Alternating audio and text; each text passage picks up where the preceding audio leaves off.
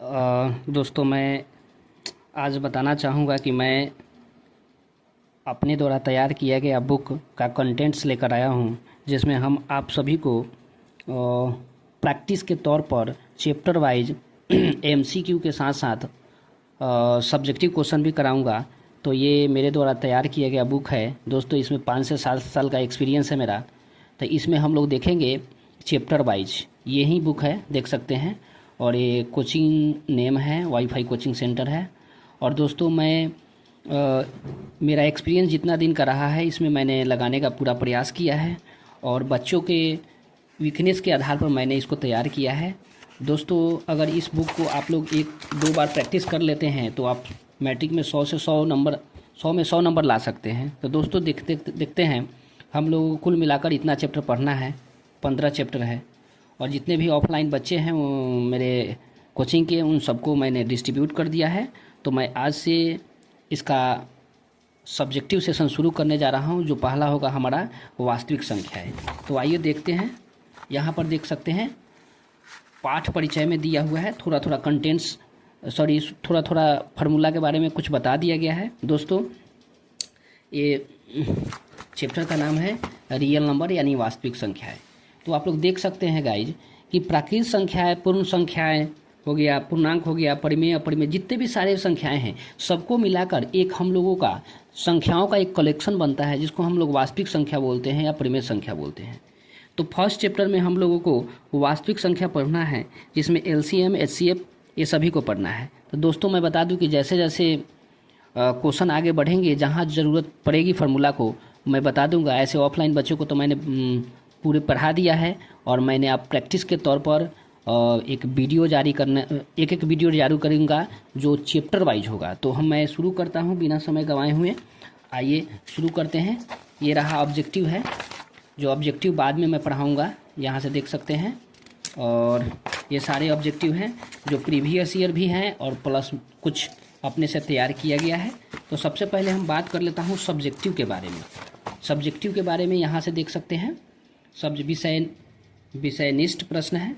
तो मैं सबसे पहले क्वेश्चन नंबर 1 से शुरू करने जा रहा हूँ। देखिए, सबसे पहले इससे पहले मैं एक चीज़ बताना चाहूँगा। एक चीज़ क्या है? यूक्लिड विभाजन एल्गोरिदम। एक फार्मूला मैं बताना चाहूँगा जिसका नाम है यूक्लिड विभाजन एल्गोरिदम। गाइज, यूक्लिड व्यक्ति थे, उन्हीं के द्वारा यह फार्मूला तैयार किया गया।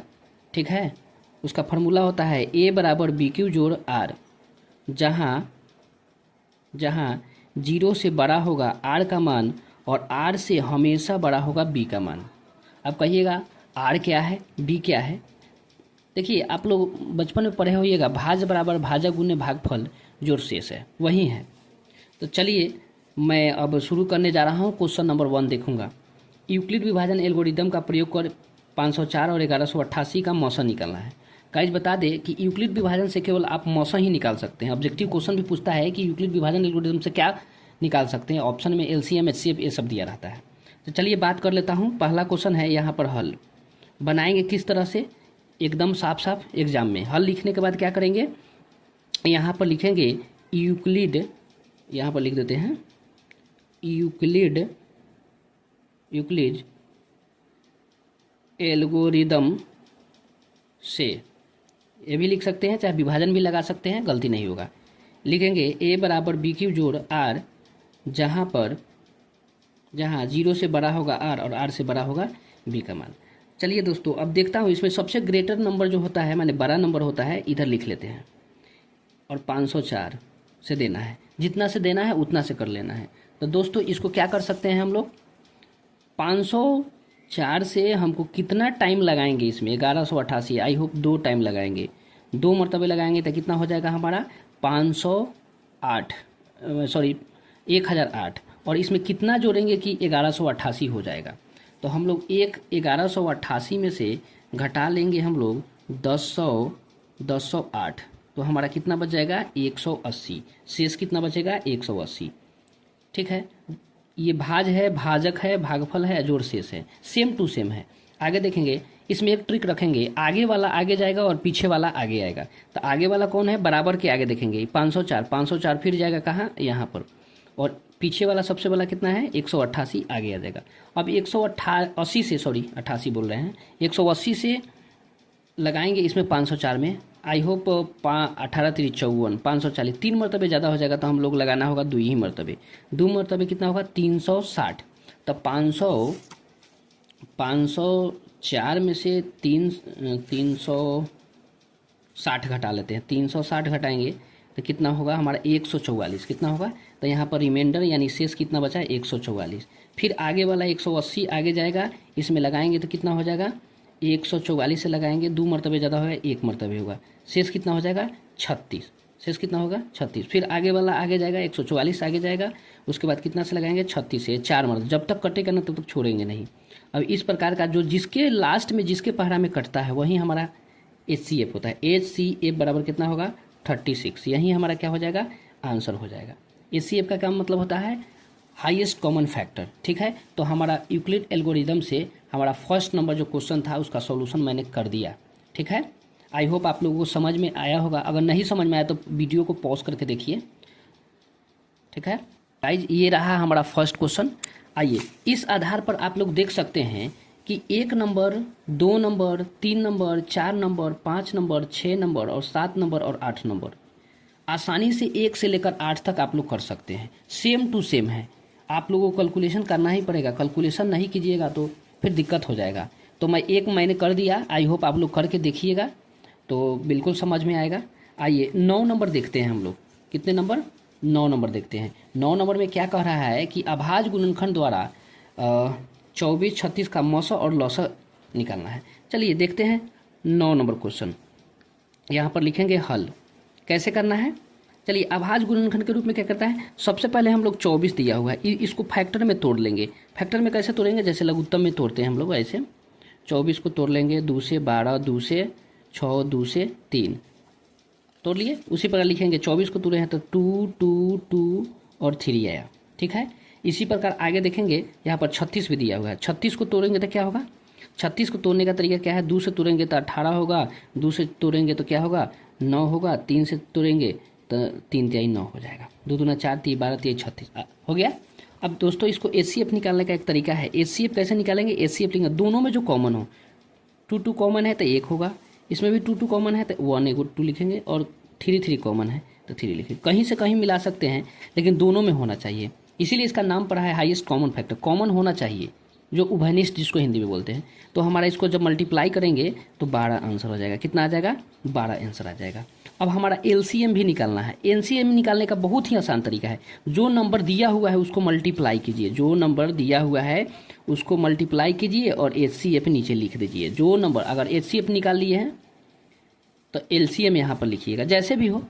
तो जैसे ही LCM निकालना पड़े तो दोनों नंबर जो दिया है इसको गुना कर देंगे और HCF जितना आया है उतना से भाग कर देंगे। तो दोनों नंबर हम लिख लिए 24 और 36, इसको 12 से भाग देंगे, 12 तिहाई 36।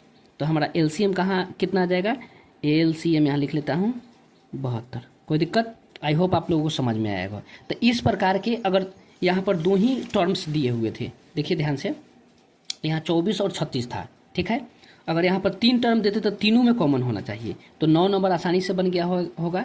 आइए बात कर लेता हूँ, एक बार दिखा देता हूँ आप लोगों को। 9 नंबर ये रहा है, ठीक है। चलिए यही हमारा क्या हो जाएगा, आंसर हो जाएगा, ठीक है। अब बात कर लेता हूँ नेक्स्ट क्वेश्चन 10 नंबर। क्या कर रहा है, 2 संख्याओं का मौसा 23 लौसा इतना, तो उनमें से एक संख्या इतना हो तो दूसरी संख्या। गाइज 10 नंबर से पहले देख लेता हूँ एक फार्मूला, हम लोग जानते हैं हल, इसी में फार्मूला भी बता दूंगा। क्या जानते हैं हम लोग, पहली संख्या बहुत इंपॉर्टेंट क्वेश्चन है, पहली संख्या गुने दूसरी संख्या बराबर LCM गुने HCF। इसको याद करके रखिए, एक क्वेश्चन आपको बोर्ड एग्जाम में इस पर आएगा। तो हम लोग देख लेते हैं, यहाँ से आसानी से पुट कर देंगे, वैल्यू निकल जाएगा। तो आइए देखते हैं, इसमें लिखा हुआ है क्या, मौसा दिया हुआ है, लौसा दिया हुआ है, एक संख्या दिया हुआ है, मौसा दिया हुआ है 23, मौसा दिया हुआ है 23, यहाँ पर लिख देंगे 23, और LCM जो दिया हुआ है 14 से 49 है। आई थिंक देख लेता हूँ एक बार क्लियर, हाँ 14 से कितना है 49 है, और एक संख्या 161 है। कितना है? 161। तो पहली संख्या लिख देते हैं 161 और दूसरी संख्या नहीं दिया है तो 1 मान लीजिए, चाहे दूसरी संख्या पर दूसरी संख्या लिख लीजिए। ठीक है, यहाँ पर संख्या लिख देते हैं। अब देखिए तो गुन्ना वाला इधर जाएगा तो क्या हो जाएगा? भाग में चला जाएगा। तो 1449 गुने 23 बटा 161। गाइज इसको आप काट सकते हैं। 23 के पहाड़ा में 7 मरतबे कट जाएगा 161। कितने मरतबे? 7 मरतबे। और 7 का टेबल में ये कट जाएगा, 7 दूना 14, 2 अंक उतरेगा 0, 7 7 49। तो x का मान कितना आ गया हमारा? 207। तो ये यहाँ क्या लिखेंगे हम लोग? यहाँ लिखेंगे, इसी में लिख लेता हूँ, ध्यान से देखिए। ये हमारा 10 का सॉल्यूशन है। यहाँ लिख देंगे अतः दूसरी संख्या बराबर 207। यही हमारा क्या हो जाएगा? आंसर हो जाएगा। क्या हो जाएगा? आंसर हो जाएगा। आई होप आप